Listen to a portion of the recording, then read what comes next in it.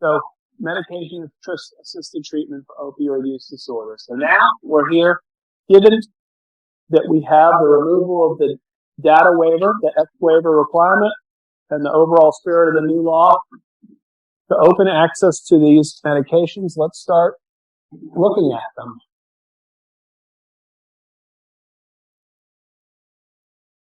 One of the most valuable tools to treat opioid use disorder is buprenorphine. Everybody here has heard of buprenorphine, or are there some who haven't heard?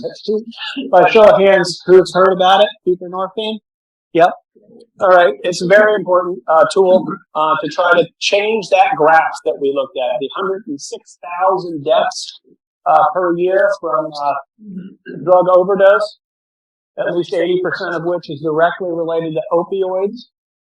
You know, we were talking on break, the problem is the first use, even for some people who have mild disease, you know, when they first, instead of a low-grade cannabis product, when they're early in their disease, their first introduction may be to this very powerful fentanyl analog. I mean, it might be heroin, or it might be a pill that looks like safe, and it's got carfentanil or sufentanil or one of these analogs in it, and the first is their only one and only, and it takes them out. So the problem is the potency of the stuff that's out there, even for people who have mild addictive disease, who maybe would have gone decades, maybe there would have been a reversal. Maybe they would have gotten into sports, family, and other things, and the disease would have subsided, or they would have gotten healthy in another way. They don't even have a chance, you know, because they're doing their first use and experimenting, not with low-grade marijuana, but a pressed pill that has carfentanil in it.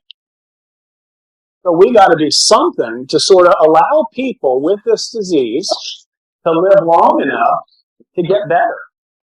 Because right now, the use has such a high risk with it because of the nature of the substances. So anything we can do like buprenorphine for people who started to use opioids will be a good thing and will help them live long enough. Don't worry about who here is afraid that somebody's going to get addicted to buprenorphine. I can't get pregnant twice. If I'm pregnant, I can't get pregnant on top of it. You could try. I have the disease of addiction. How do I'm going to get addicted. You're already addicted. Well, wait a minute. No. I'm going to give this medicine and make this conditions worse. Well, how are you going to do that? Are you going to tell them to inject it? The only way the disease of addiction gets worse, right, is if I find a new compound that releases dopamine in a different way, or I change the route of administration. We talked a little bit about oral ingestion, nasal ingestion, smoking, or injecting, right? So if I have a long-acting substance, it's slow on, it's slow off. It does not spike the dopamine. When I'm using and I'm sick, I spike the dopamine. I take a Xanax, I take a drink of alcohol, fast on, fast off, washes in, washes out, and I'm left wanting, right?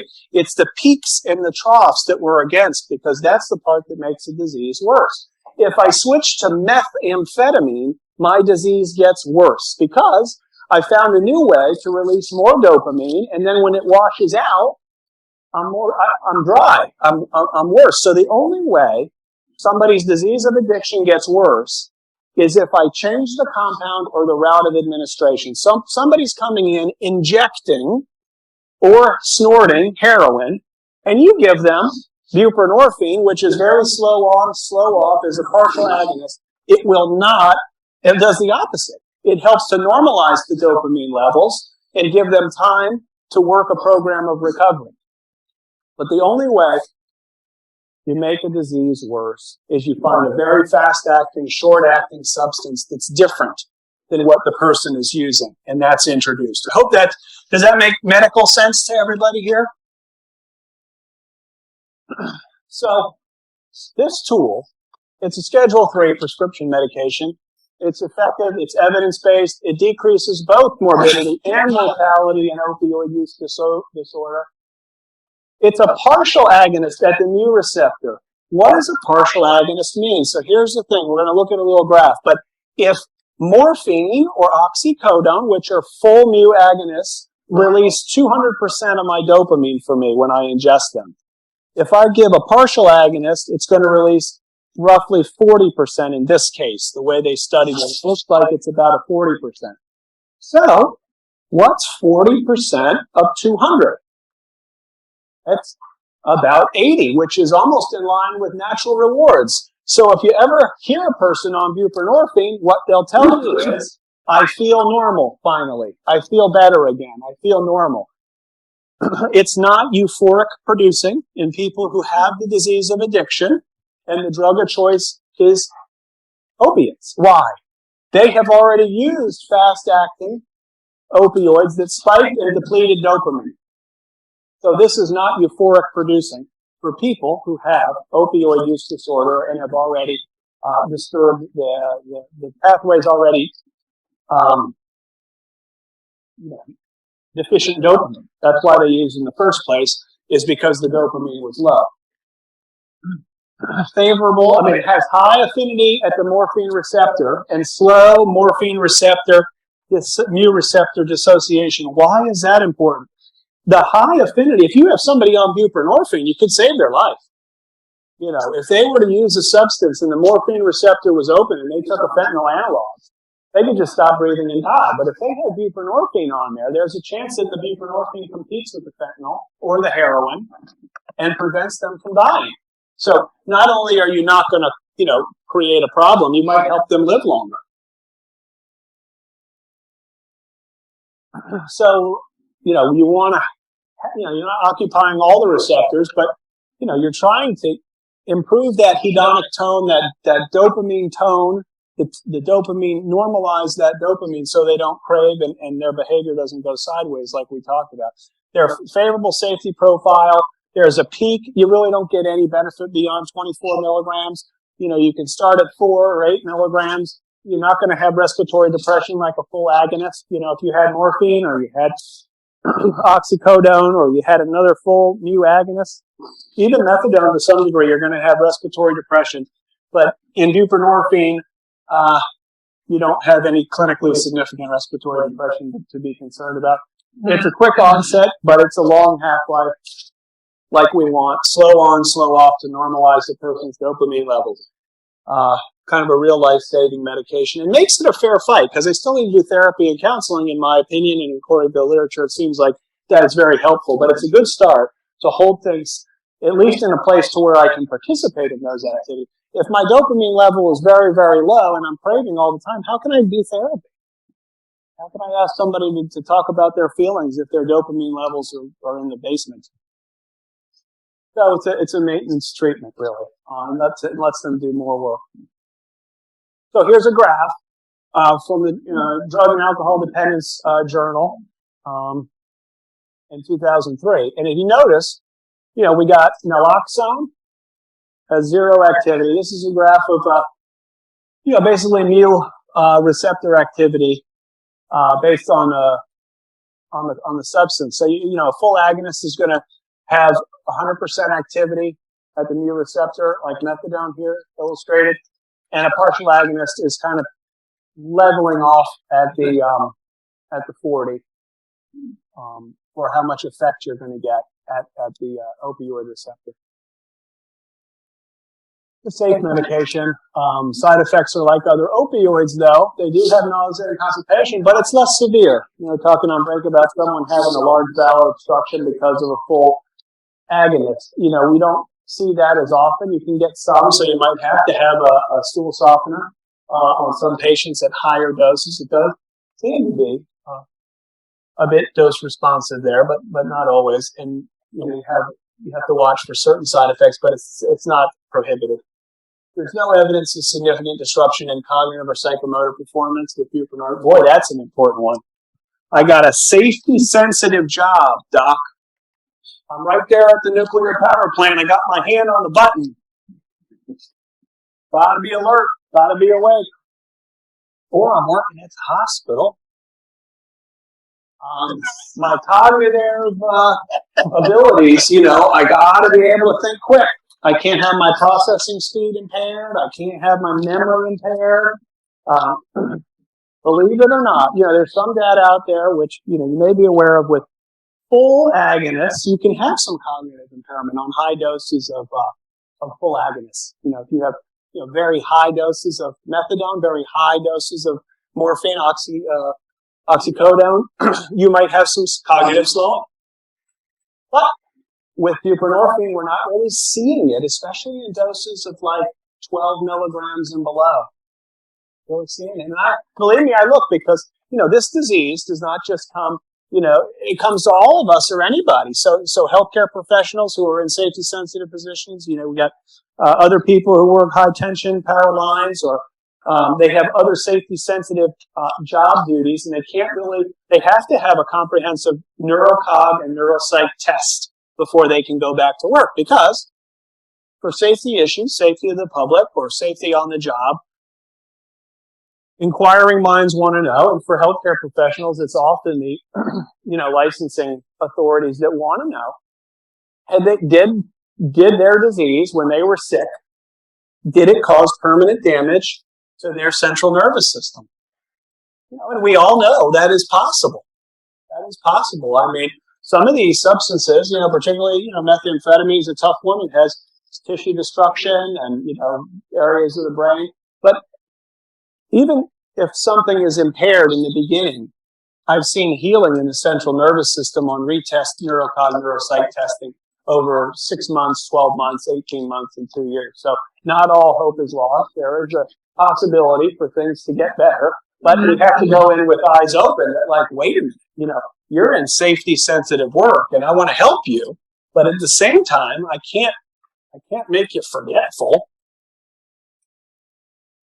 So the good news is buprenorphine is pretty good in that regard. Is a good treatment for opioid use disorder, and it doesn't show disruption in that domain at reasonable doses. There's no evidence of organ damage.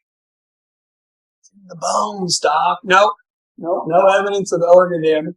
Low risk of clinically significant problems unless combined with sedative hypnotics or potent opioids or alcohol.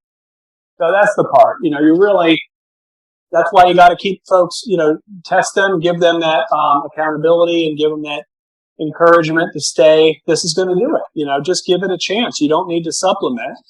And if they're finding that their dopamine level is still low and the doses have been adjusted, they might need, you know, some additional help, whether it's additional counseling, higher level of care, back to that. But the risk is turning a partial agonist into a full agonist if you use high dose benzos on top of it. So you don't want to do that. You know, if you're going to treat opioid use disorder and sedative hypnotic use disorder, you know, you might need to use something a little different for the sedative hypnotic use part. Maybe, dare I say, a gabapentin or something like that, where it's not as much of a risk for respiratory depression. So, patient needs to abstain. So this is, how do you start it? How do you use it? Well, they have to abstain from their opioid for you to start it. You can't start it in the middle of their use, or else what'll happen? Anybody know? Guesses? It's high affinity for that mu receptor. So it'll knock that other opioid off the receptor and you'll precipitate withdrawal. So you have to wait until 12 hours to 24 hours off of short-acting opioids, or 24 to 48 hours off of long-acting opioids. Short-acting are oxycodone, hydrocodone, right? Long-acting could be what? MS-Contin, extended release, oxycodone, right? Methadone is another story we'll talk about. Patient needs to exhibit objective signs of mild to moderate opioid withdrawal on the clinical opioid withdrawal scale, the COWS score, 12 or higher to begin sublingual buprenorphine. If the score is less than 5, you have a high risk of precipitating withdrawal if the patient's used opioids in the last few days. So you got to wait until symptoms intensify and you see a COWS score closer to where you like to see it. Closer to 12, mild, moderate withdrawal. If you don't have them in mild, moderate withdrawal, you could precipitate the withdrawal. How about the case where they haven't used opioids for an extended period of time? They come in and say, it's been 2 weeks, doc. But boy, I'm craving. I'm just holding on for dear life. And every time I pass by this place, there's been a lot of near misses. Do you think to yourself, this is the ideal candidate? They should have buprenorphine? Or do you say, you'll be fine. Just keep holding on tight. You haven't used in 2 weeks, so things must be better, right? No. That's the ideal situation where you use buprenorphine because they're craving, right? And their core problem is what? Low dopamine in the nucleus accumbens. That's not been addressed yet. They're just white-knuckling it. White-knuckling it is not advised for long-term recovery. The person needs to get enough help so that they can do therapy. And they can learn about the disease. So yeah, if they haven't used for an extended period of time, proceed with the first dose with low CAL score, but always confirm with your urine drug screens. Because instead of not using for 2 weeks, when you do your urine drug screen, fentanyl dipstick, you might be surprised. And you'll have to go back around to like, yeah, we gotta wait. We gotta wait. Get that support person involved and say, look, something's going on. I'd like to start this medication. You can even write it to go, but you have to be in withdrawal or else you're going to get worse. And, here's our scale again, just as a reminder. You got, that sweet spot is at least, somewhere between 12 and 18, somewhere in there on the score. How many days out will that drug screen turn negative? Depending on the substance, looking at testing, we're putting 12 to 24 abstinence, hours. The drug screen could still be positive at 24 hours, even though they used oxycodone. That could last 48 to 72 hours. You could still see, because of the half-lives, you got to have, clinically we always say, 5 half-lives until it's sort of out of our system. But in this case, you might still see a positive test, but that positive test wouldn't stop you from starting the medication if you're in clinical withdrawal. So if you're in clinical withdrawal, you go for it. But most of the short-acting opioids, we're looking at like a 48 to 72 hour window. When you go to the MS Contins or, oxycodone extended release, you could see them, 5 days to 7 days out. When you're talking about methadone, it's even longer. When you're talking about cannabis, you can be quite a bit out there, over a month. When you're talking about long half-life like Librium, benzodiazepines, and its metabolites, oxazepam and stuff like that, you still can go out over 30 days on some of that stuff. So here's case 1. Patient with a history of using oxycodone, 30 milligrams, 4 times a day. Intranasally. Last use 24 hours ago, and they're sitting before you with a CAL score of 12, and you can see it. You might have shaken their hand, and you say, oh, well, I can feel they're a bit sweaty, and you saw them yawn a couple times, you see the goose flap. They're telling you that their bones hurt, they're objective signs of withdrawal. So you're in a spot there, in this particular case, where you might go with 4 milligrams twice daily. That you don't need to, the term is called induction. You don't need to give them the first dose in front of you. That was the thing that, when the medication was newer, and a lot of people were just getting their head wrapped around it in 2000, 2005. We were doing a lot of this, start the medication in front of you and watch them. But now it's sort of a take-home situation. It'd be nice if there was somebody to monitor the administration. But if not, they still could be in withdrawal and go to the pharmacy, pick it up, and start 4 milligrams, roughly 8 hours apart. Maybe you do 8 in the morning, 4 in the afternoon at times. And why you would pick that is, remember, these medications, buprenorphine, for somebody who's struggling with addiction, it makes them feel normal. And it might even kind of help with energy. So this is not the ideal medication to dose at like 11 o'clock at night, like 10 o'clock. Take your buprenorphine at 10 o'clock or 11 o'clock because, now you have a situation potentially of insomnia or I got lots of energy and don't know what to do with it. But it would be good in a case like this to maybe do 4 milligrams twice a day, 8 in the morning, 4 in the afternoon, and see them back the next day. So I have written here, okay, to take home and dose, however, recommend sober support, to hold and administer the medications, right? That makes sense, because if they're alone and they've had trouble managing their meds, why would we think this would be any different? Is there a magic reason that they could control this much better than the other? And the answer is no. I mean, they're not well and they're having trouble controlling their medications. So you would want help for them to administer and have these medications initially. Again, these are different muscles, so as they get better and things get normalized, they may be able to do just fine in holding and administering their own medications after 30, 45 days, something like that. But again, rather than do nothing, it's better to give them a prescription to have a chance at saving their life, because what they're probably using is much more dangerous than the buprenorphine. So, in cases like this, it's not unusual to titrate up to 12 milligrams to relieve withdrawal and cravings and obsessive thoughts, so they can, either whether it's work, family life, potentially do more therapy. And you check them initially quite frequently. And you're going for the COWS score to get to 0. They shouldn't really have a COWS score after a day or two. Really. But it might take a week to get it perfect. But at least it'll be progress. Second case. Patient with history of using heroin laced with fentanyl 4 times daily. Last use 18 hours ago. COWS score is up to 15 quite quickly and in front of you, with objective signs of more intense and severe withdrawal. In cases like this, the dose is basically double. I mean, you would go 8 milligrams and you'd go 8 milligrams twice daily, and you wouldn't bat an eye to get pretty quickly up to 24 milligrams. And the reason why, back to what we're talking about, severity of the illness, right? So I've gone past the oral intranasal use. Now I'm into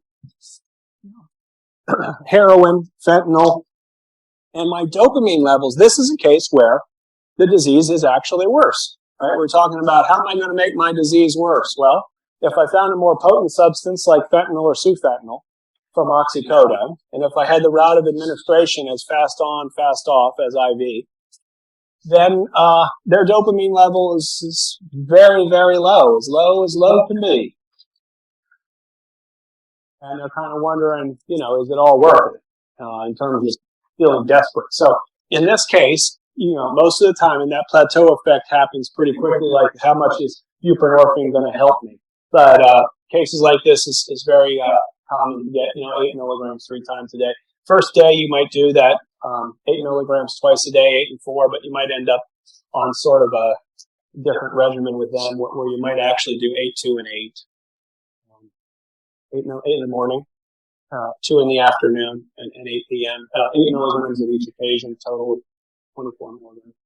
And then you kind of watch them, see them back. But if you're still having trouble beyond that, then you really need to get some other eyes and ears on you with you, and maybe they need some additional medications or a higher level of care. Back to that. Now the third case.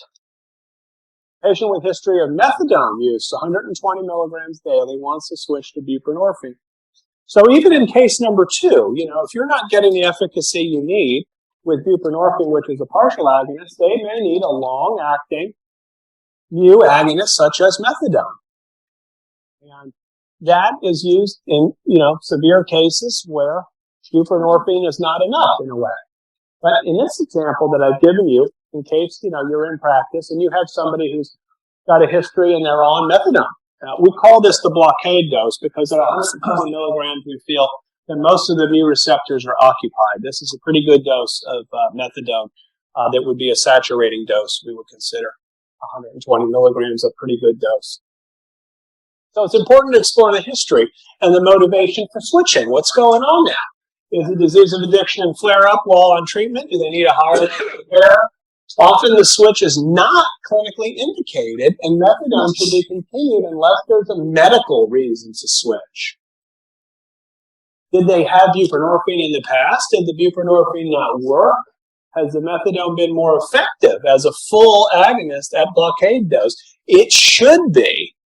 It should be. So if they had trouble at 16, 24 milligrams of buprenorphine, and they couldn't stop using opioids, and they couldn't stop supplementing with cocaine, and they couldn't stop Xanax on top of it, and they couldn't stop drinking. What is that telling you? It's a severe, strong form of the illness. The dopamine level is still low, even though we're not able to supplement dopamine directly into the nucleus accumbens. We can give dopamine indirectly. So that's what buprenorphine is doing. It's giving a wedge of dopamine. Think of it like a wedge. You're putting in this much dopamine, slow on and slow off, to address the core problem of low dopamine in the nucleus accumbens. So that's what buprenorphine does, is it puts in the dopamine to make it a fair fight. Now, if the dopamine is so low in the nucleus accumbens that even saturating doses of Suboxone, buprenorphine, actually is the generic name, buprenorphine saturating doses don't address it, then there's more to go. They need more inputs to raise the dopamine. Inputs can come in the form of counseling, therapy, or additional pharmacologics. So they need more, not less.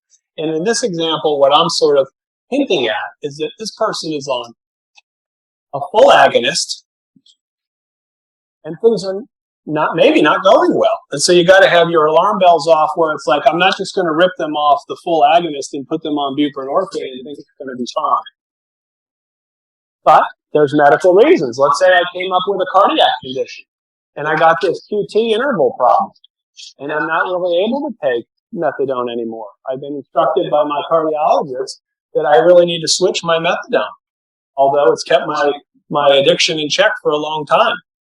So in cases where it's medically needed because of other risk, you might do a protocol, and I put one out here. This is more of it's not anything I'm expecting anyone clinically to do in private practice or whatever, but I wanted to show you that hypothetically, if a cross taper is clinically appropriate for medical reasons, like we were talking about, whether there are other medications a person needs to be on because of drug-to-drug interactions, change in health status, the cardiology problems, you would taper someone slowly down, and that's risky, right? Because the 120 milligrams is probably preventing them from craving it either. So, taper them down to 35, they got to be at that level for 14 days, and then you stop the methadone, and then you get them into withdrawal, and they're really miserable. And after 7 days, 5 to 7 days in withdrawal, then you can start the buprenorphine, but it's super high dose. This type of protocol would be more of a supervised residential setting with folks who are specialists. And, this would be not advised, sort of to do probably ever, unless there is a medical necessity and you'd have to check them into a specialty center. But, and you can see the risk of cravings and overdose and death, while cross-tapering a situation like this would be very dangerous. Let us, at this point, take a short break. So this is mu opioid receptor availability after buprenorphine administration. So I believe this is a PET scan, and the radio label tag that they're using is from carfentanil. Now, the first line are brains with 0 buprenorphine. Yeah. You can see, different areas of activity. The more basically blue that the graph is, the more receptors are occupied. So there's a control group, there's the 0 group, and you see lots of available opioid receptors at 0. When you give just 2 milligrams of buprenorphine, back to this high affinity at the mu receptor,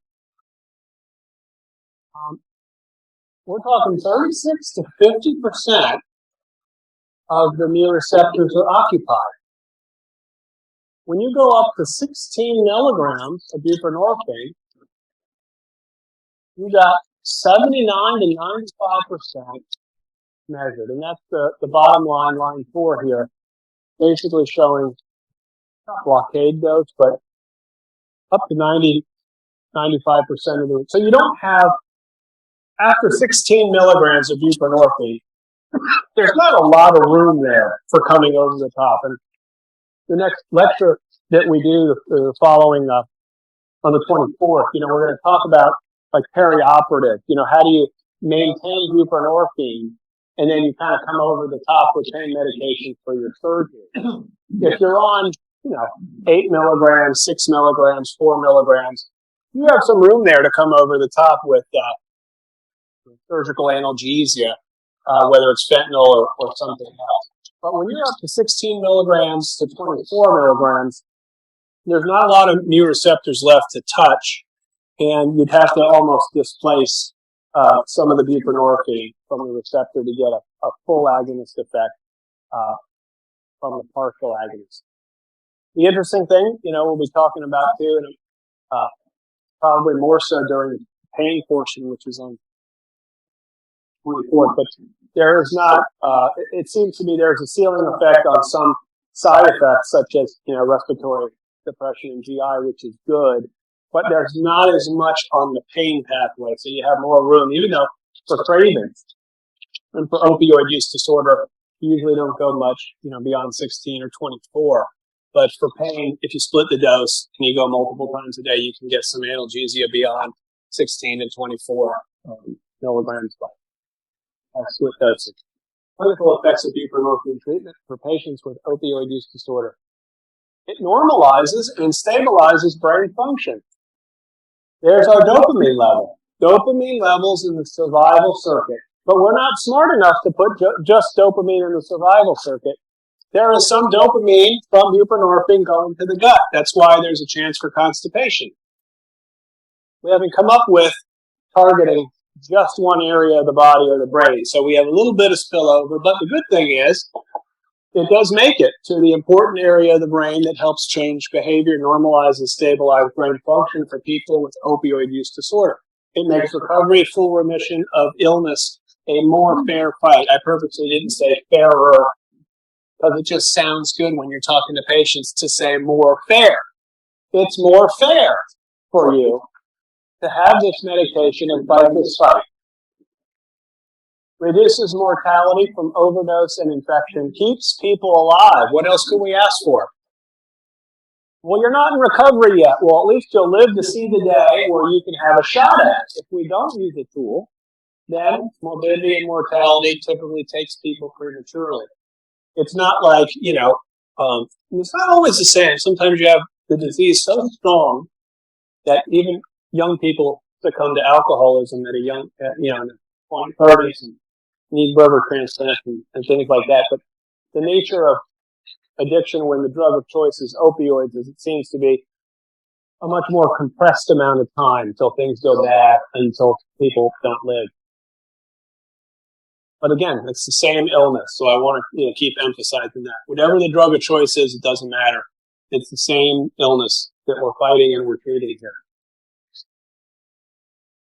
So this medicine helps with withdrawal and craving. It improves retention in treatment if someone's doing therapy, and it doesn't matter what level of care. All the ASAM levels of care, outpatient, intensive outpatient, partial hospitalization, residential. This medication improves psychosocial functioning, decreases pain, and it removes that feeling to self-medicate with other opioids or substances for most people. Again, I wish it was a total miracle, but it's a good tool in the right hand. I do want to make a word of caution in the sense that if it's not in the right hands and it's not monitored, yes, it can be part of the disease. Anything can be usurped and become part of the disease of addiction. You name the medication and you name whatever. If it's not monitored and tracked, it can become part of the problem. But if it's prescribed and monitored, it's part of the solution. Many experience improved mood and energy levels and decreased anxiety. So somebody might be on 3 or 4 psychotropic medications, and really their core problem was addiction. So you might see some of that melt away when they get properly treated for their addictive illness. Most patients and family members report that they feel better and have their lives back.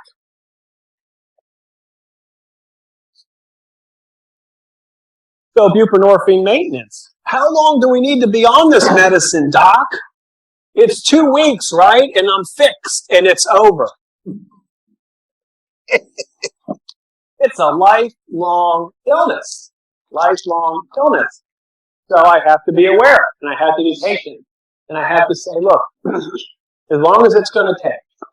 Now, there is, taper strategies and time to taper, but we're talking about saving lives and getting people on this medication as opposed to the taper deal. But, depending on, what somebody's course is. Some people need to be on for many years, and some people can be on for 6 months or a year, and life is so different, and so many different things in their life. But most of the time, you have to plan for the year, years plural mark, and sometimes it's lifelong, and there's nothing wrong with that. Again, it's like, what would you tell somebody who's got pretty strong hypertension? How long do I need to take this hypertension pill?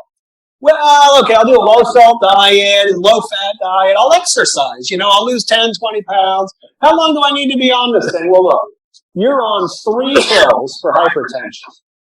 And if you do all that work, I bet I could get you down to 1. But you never tell them, like, look, you'll never need it. You'll be fine after a while. It's going to be fine in this number of weeks. No, it's like, look, you've got a really serious health problem here.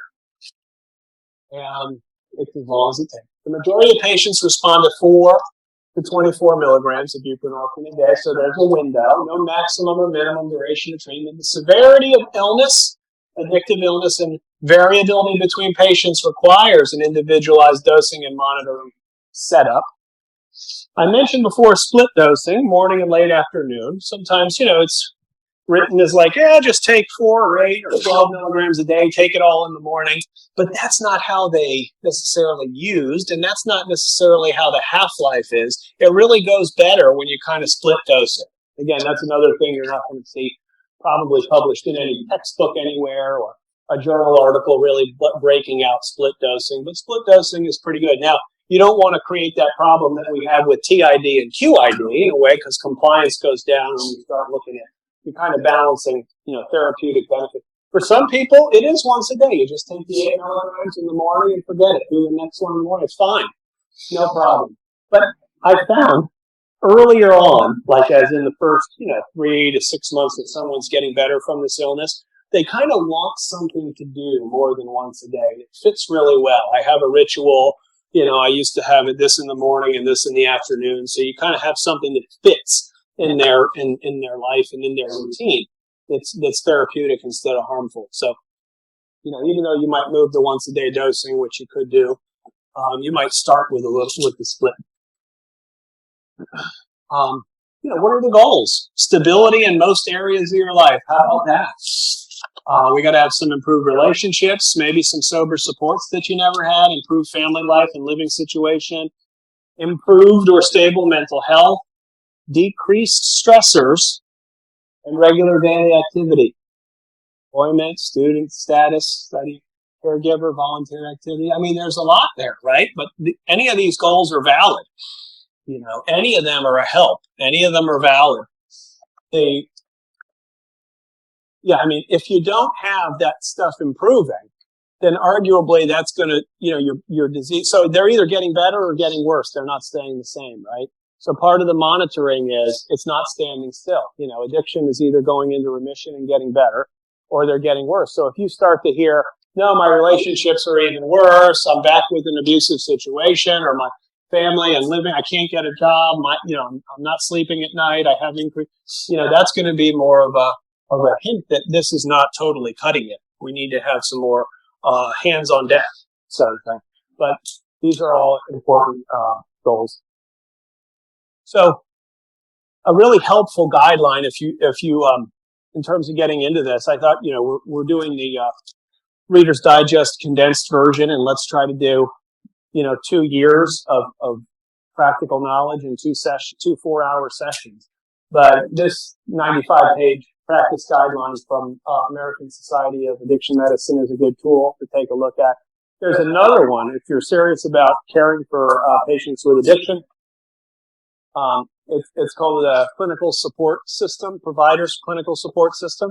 It's through the Substance Abuse and Mental Health Services Administration. They provide like a live doc, an addiction doc, who's on. You have like 3 levels of involvement. You can do like webinars, or you could have really one, video conferencing, or you could have one-to-one mentorship with an addiction medicine, physician and dig into treating this disease. So that's a free resource that's out there that many people don't know about. This PCSS through SAMHSA. It's funded through grants and the government. So it's a good resource for anyone interested in doing just starting. So overdose prevention on outpatient management. So you don't need a prescription for naloxone. And a lot of times, if you're going to write buprenorphine and the person's using, opioids, they have a risk of overdose, right? So you have to cover that. And, there's enough evidence out now that you really need to have the reversal agent at the disposal of the patient and family. So every time you write a buprenorphine prescription, you should either write a naltrexone prescription right behind it, a Narcan prescription right behind it. Naloxone as in the rescue medication, not naltrexone as in the pill, because you can't really use the naltrexone pill with buprenorphine. Actually, counterindicates. But the naloxone, the Narcan intranasal, or the naloxone auto-injector would be for the rescue medication in case things went bad. And you would counsel the family and the patient about where to store it and how to use it. And we'll talk about that also in the other section. But since September of 2022, basically there's a standing order at the pharmacies, and people can just go and pick these auto injectors up, or the Narcan intranasal. I like to write it anyway. I just write it for many reasons. Documentation, we discussed it.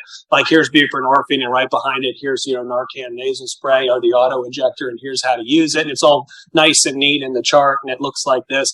But the fact is out there for folks to have, and it's recommended to have it for if the person in the household has opioid use disorder. There should be one in the house or on the person.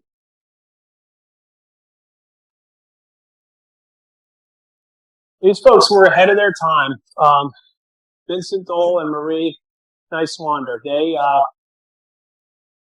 very tellingly in the 1960s, they said, it seems to be that these patients who are using illicit drugs, there's something their brain is lacking. And of course, at that time, they didn't have all the fancy studies that we have now regarding the reward pathway and the survival pathway and the nucleus accumbens and the dopamine.